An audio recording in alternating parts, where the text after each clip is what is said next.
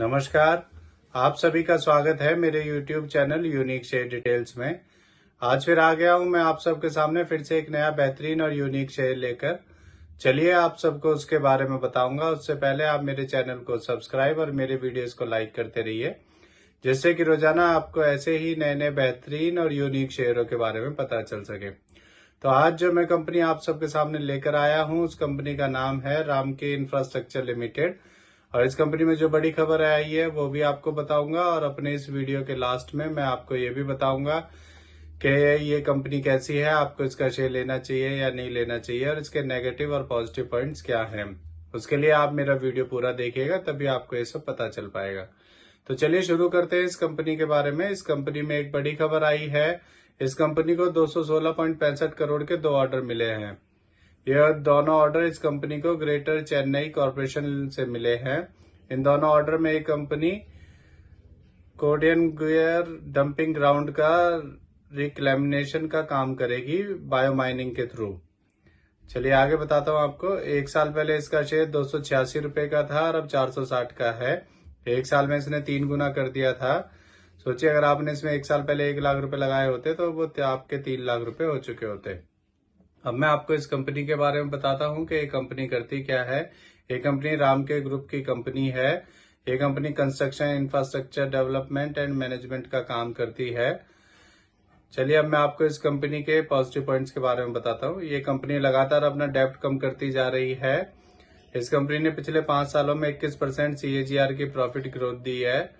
और मैं आपको अभी से बता रहा हूं कि इस कंपनी का जो क्वार्टरली रिजल्ट आएगा इस मार्च क्वार्टर का, वो पॉजिटिव ही आएगा। आप ये मेरी बात याद रखिएगा कि बात मैंने आपको पहले ही बता दी थी। उसके बाद आपको इसके शेयर में काफी तेजी देखने को मिलेगी। चलिए अब मैं आपको इस कंपनी के नेगेटिव पॉइंट्स के बारे में बताता हूँ। ये कंपनी हर बार अपना रिपीटेड प्रॉफिट शो करती आ रही है और ये कंपनी डिविडेंड भी नहीं देती है।